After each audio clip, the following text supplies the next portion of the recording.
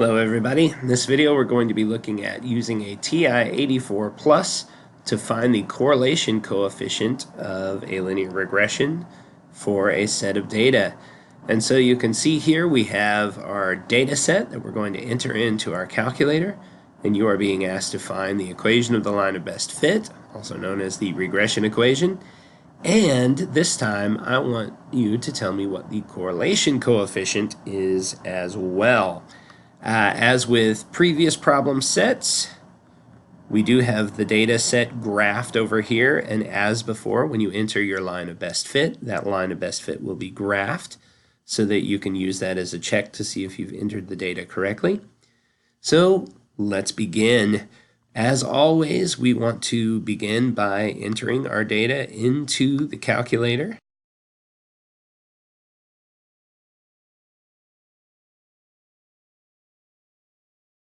And as before, we can get our linear regression, so that part is no problem. But as you can see here, our correlation coefficient is nowhere to be found. So in order to tell the calculator that we want the correlation coefficient, we have to turn on what are called diagnostics. So the calculator thinks of the correlation coefficient, and quite properly I might add, as a diagnostic tool to tell you how good that regression is, like how trustworthy it is. So in order to turn that on, you're going to go to your calculator's mode setting, and we are going to go down to the next screen until you see an option called Stat Diagnostics. And notice this is turned off. We want to switch Stat Diagnostics to on, and when you select away from that with the cursor, you should now see on with a black background under Stat Diagnostics. Once you have this, to exit out of this menu, or any menu for that matter, you can hit Second Mode, which will quit you out of that menu. Now we can go back and run the linear regression again, just as we did before, but this time what will happen is that I will have two extra pieces of information.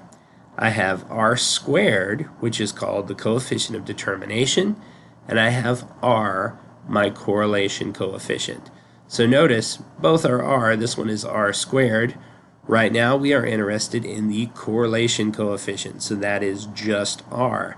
So in entering my data, I would come over here, and again we are rounding to the thousandths place on all of these, so I would round a to the thousandths place, which would be 4.310.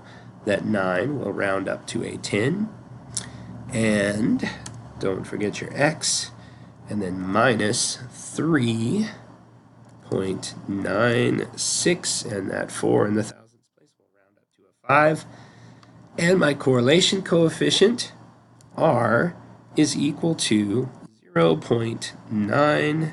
Now notice that last 9 is going to round up to a 10, which causes the next 9 to round up to a 10, which causes the next 9 to round up to a 10. So this correlation coefficient will in fact round up to 1.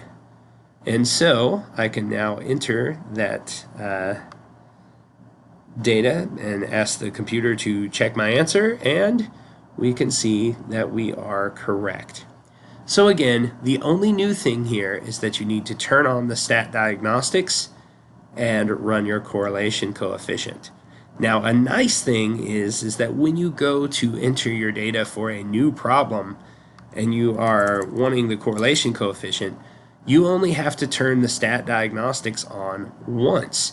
It will remain on once you turn it on, which means every time you run a linear regression, you will get that coefficient of determination and the correlation coefficient for free as extra information.